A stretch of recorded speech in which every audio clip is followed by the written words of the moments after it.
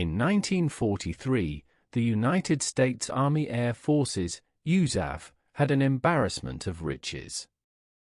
They had the P-38 Lightning for long-range patrols. They had the P-47 Thunderbolt for heavy lifting. And they had the P-51 Mustang, the Cadillac of the skies, for escorting bombers to Berlin.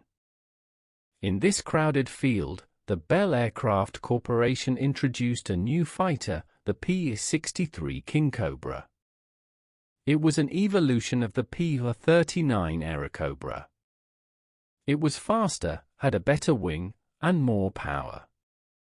But the American generals looked at it and shrugged. It didn't have the range of the Mustang. It wasn't as tough as the Thunderbolt. Crucially, its performance dropped off at high altitude. The air war over Europe was being fought at 30,000 feet, escorting B-17s. The P-63 was a low-altitude brawler in a high-altitude war. So, the USAF rejected it. They didn't want it for combat. They designated it as a trainer or a target tow plane. German intelligence picked up on this. They knew the Americans were fielding the Mustang and the Thunderbolt. They knew the P-63 existed, but they saw it as a failure. The Americans are keeping it at home, the Luftwaffe analysts concluded. It must be a lemon. They dismissed the threat. They assumed that if they ever saw a Bell fighter, it would be an old P-39, easily dispatched by their Bf-109s. They didn't realize that one man's trash is another man's treasure. While the Americans were obsessed with high-altitude strategic bombing, the Soviet Union was fighting a completely different war. The Eastern Front was a tactical war. It was fought in the mud, over the tank tracks. The air war happened below 10,000 feet. And down there, in the thick air, the reject Kingcobra was a monster. The Germans thought the plane was a joke because the Americans didn't want it. They didn't know that thousands of these rejected planes were being quietly repainted with red stars and shipped to the most brutal front of the war. To understand why the Kingcobra was so misunderstood, you have to look under the skin. It was a freak of engineering. In almost every other fighter plane of World War II, the Mustang, the Spitfire, the Messerschmitt, the engine was in the nose. This made sense. It kept the cooling simple. But the designers at Bell, led by Robert Woods, had a different idea. They wanted to put a massive cannon in the nose. Not a machine gun. A 37mm Oldsmobile T9 cannon. A gun that big couldn't fit on top of the engine. So, they moved the engine. They placed the Allison V1710 liquid-cooled engine in the middle of the fuselage, directly behind the pilot's seat. It was like a mid-engine sports car. A 10-foot driveshaft ran from the engine, between the pilot's legs, to a gearbox in the nose that spun the propeller. This layout gave the P-63 several unique characteristics. First, the visibility was incredible. Because there was no engine in the front, the nose could be tapered and streamlined. The pilot felt like he was sitting on the tip of a spear. Second, the center of gravity was in the middle. This made the plane incredibly agile. It could tumble and roll faster than nose-heavy fighters. But it also made it tricky. If the pilot pulled too hard, the plane could enter a flat spin that was often fatal. The Americans hated this quirkiness. They preferred the stability of the P-47. But the Soviet pilots loved it. They were used to difficult machines. They appreciated the agility. And most of all, they loved the gun. By moving the engine back, Bell had cleared the way for the cannon to fire straight through the propeller hub. It was a sniper rifle with wings. The Germans mocked the design as overly complex. They thought the driveshaft was a weak point. They didn't realize that this freak layout was optimized for exactly the kind of close-range, violent dogfighting that defined the air war over Russia. How did thousands of American fighters get to the Russian front without the Germans noticing? They took the back door. The Alsib route, Alaska-Siberia. It was one of the most grueling logistical operations of the war. American pilots, including women from the WASP program, would fly the P-63s from the factories in Buffalo, New York, all the way to Great Falls, Montana. From there, they flew north into Canada, and then to Fairbanks, Alaska.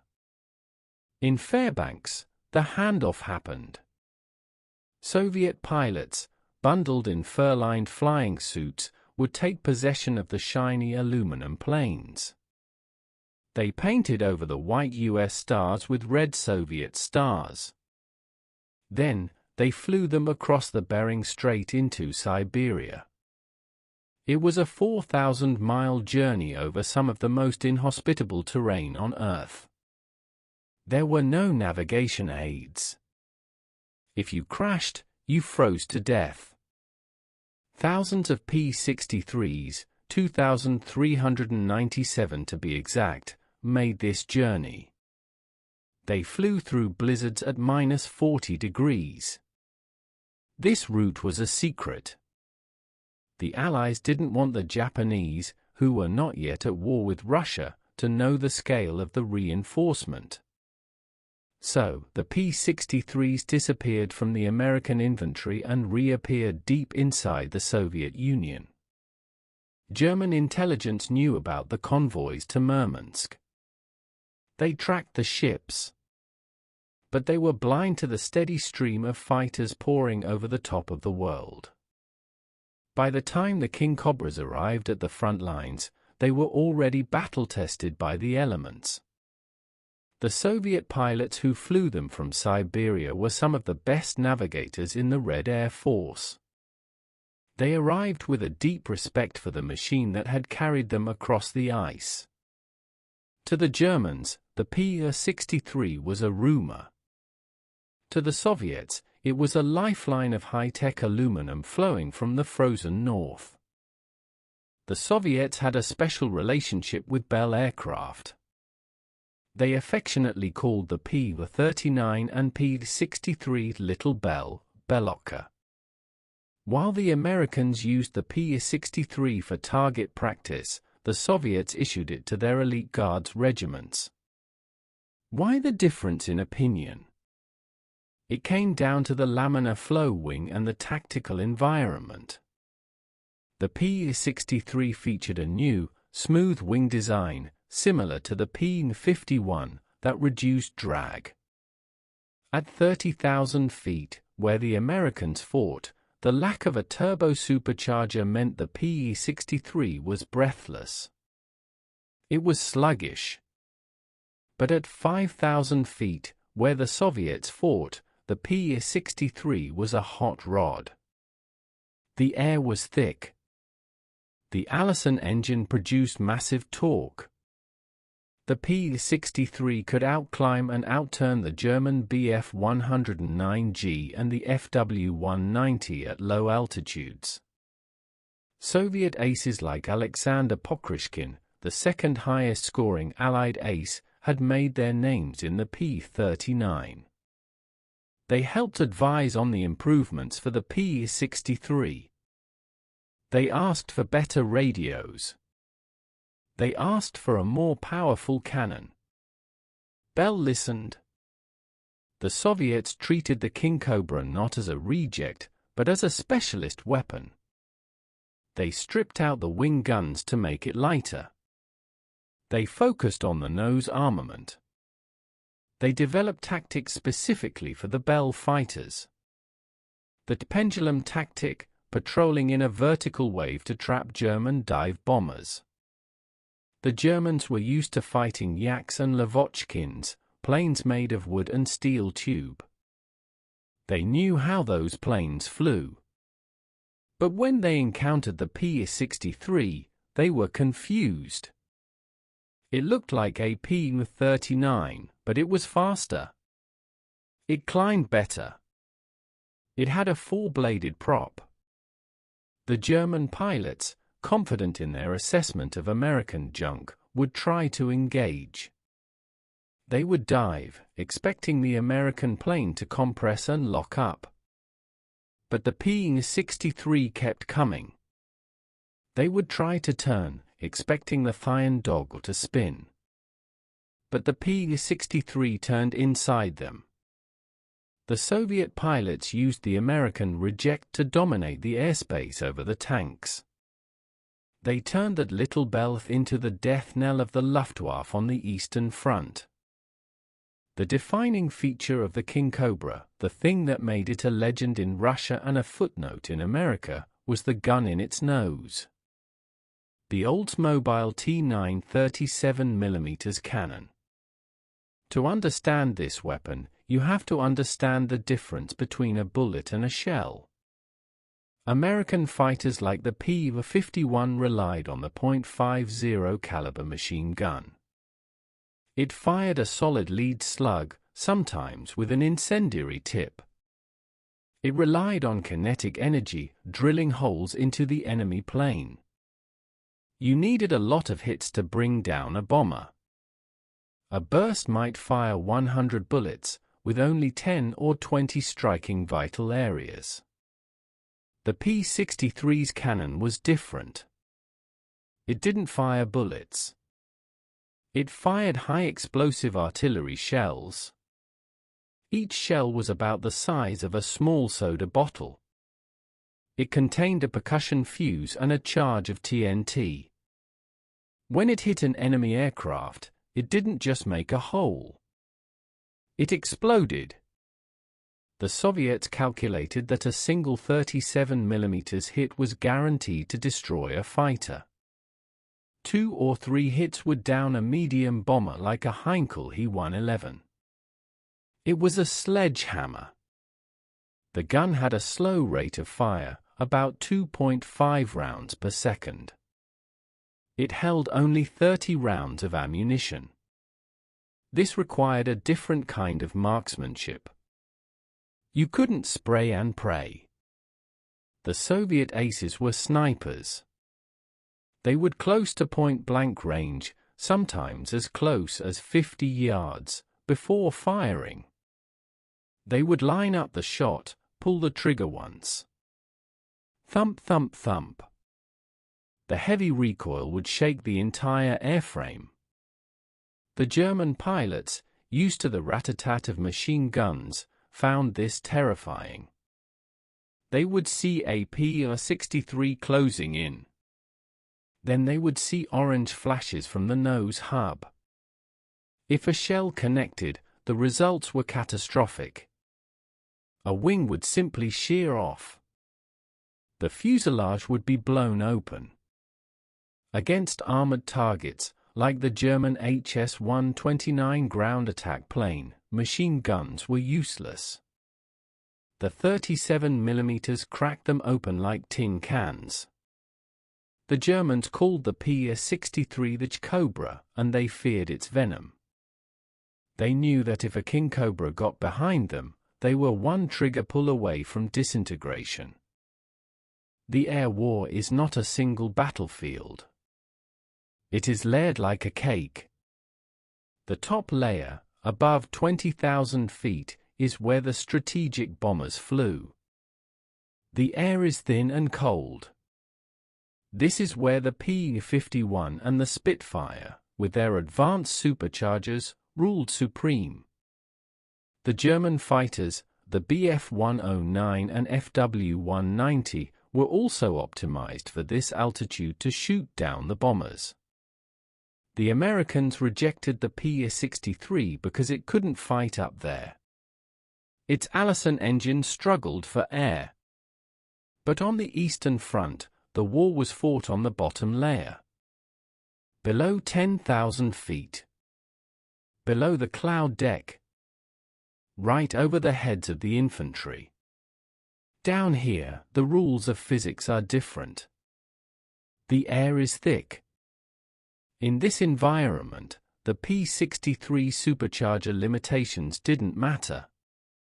What mattered was torque and wing design. The P-63 features a laminar flow wing, similar to the P-51. It was exceedingly smooth and efficient at high speeds. At low altitude, the Kingcobra was faster than the best German fighters. A Bf-109G-06 could do about 340 miles per hour on the deck. The P-63 could hit 360 or 370 miles per hour. This speed advantage was critical. It meant the Soviet pilots could dictate the terms of the engagement. They could catch the Germans, and the Germans couldn't catch them. But it was the vertical performance that truly shocked the Luftwaffe. The P-63 had a fantastic zoom climb at low altitude. A German pilot, finding himself under attack, would often try to dive away to gain speed, then pull up into a steep climb to use that energy. It worked against Yaks. But when they tried it against the P-63, they found the American plane right on their tail, climbing with them. The torque of the mid-mounted Allison engine pulled the P-63 upward with incredible force. The German pilots would look back, expect to see the enemy stalling out below them, only to find the 37mm cannon nose pointing right at their cockpit. The Luftwaffe aces, who were used to looking down on their opponents from high altitude, found themselves being hunted from below. The reject had secured air superiority in the only airspace that mattered on the Russian front. The Soviets valued the P-63 so highly that they tried to keep its combat role a secret. Officially, according to the Lend-Lease agreement, the P-63 was supposed to be used primarily in the Far East to defend against a potential Japanese attack. The Soviets did station many Kingcobras in Siberia. But they also quietly moved hundreds of them to the most critical sectors of the German front. They were issued almost exclusively to elite Guards Fighter Aviation Regiments, GVIP.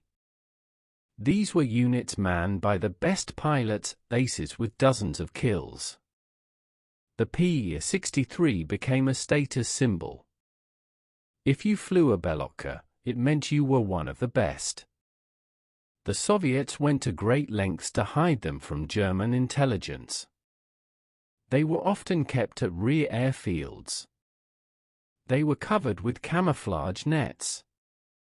They were launched on free hunting missions, where they would roam far over German lines, looking for high-value targets. When German pilots reported being attacked by a strange, fast American plane with a huge cannon, their intelligence officers were skeptical. It was probably just a modified P-39, they would say. The Soviets played into this confusion. They didn't publicize the P-63 in their propaganda. This secrecy gave the P-63 an aura of mystery. German pilots began to talk about special Soviet units equipped with a new superweapon. It was psychological warfare. The threat you can't identify is always scarier than the one you can. The P-63 was the ace up the sleeve of the Red Air Force. It was the weapon they saved for the moments when they absolutely had to dominate the sky.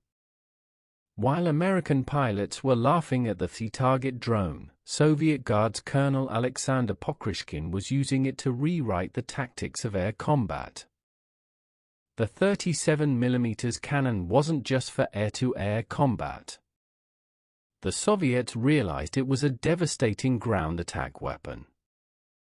the eastern front was defined by fortifications. Concrete pillboxes, bunkers, and dug-in tank turrets dotted the landscape. Conventional strafing with machine guns was useless against concrete. Bombs were inaccurate. The P-63 offered a solution. The Soviet pilots used it as a flying sniper rifle against hardened ground targets. Imagine a German machine gun nest inside a concrete bunker, holding up a Soviet tank advance.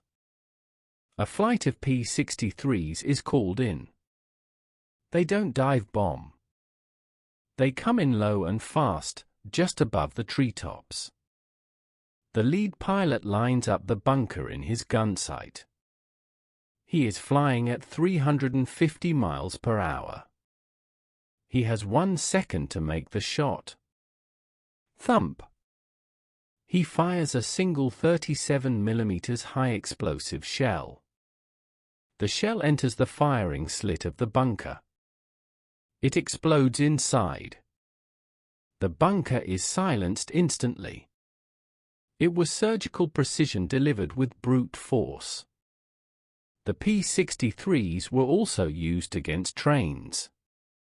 A single 37mm hit to the boiler of a locomotive would cause a massive steam explosion, derailing the entire train. They hunted German supply columns. The cannon shells would tear through trucks and light armored vehicles, igniting fuel and ammunition. The Germans on the ground learned to fear the sound of the P-63. It didn't sound like other planes. The propeller, driven by the long drive shaft, made a distinct, deep thrumming noise. When they heard that sound, they knew that flying artillery was coming. The Americans had designed the cannon to shoot down bombers. The Soviets used it to blow open the doors of the Third Reich on the ground. It was an adaptation that no designer at Bell had ever envisioned, but it proved lethal on the battlefields of Kursk and Berlin. While the Kingcobra could tangle with German fighters, its favorite prey was the Junkers Ju-87 Stuka. By 1943, the Stuka was obsolete. It was slow, had fixed landing gear, and was poorly defended in the rear. Yet, the Germans kept using it because it was their most accurate dive bomber, essential for stopping Soviet tank attacks. For a Soviet pilot in a P-63, finding a flight of Stukas was a gift. The Germans usually flew the Stukas low, trying to use the terrain to hide. They were often escorted by Bf-109s flying high above. The Soviet P-63s, patrolling at medium altitude, would spot the slow-moving, angular shapes of the Stukas down below. The Soviet leader would signal the attack. They would split forces.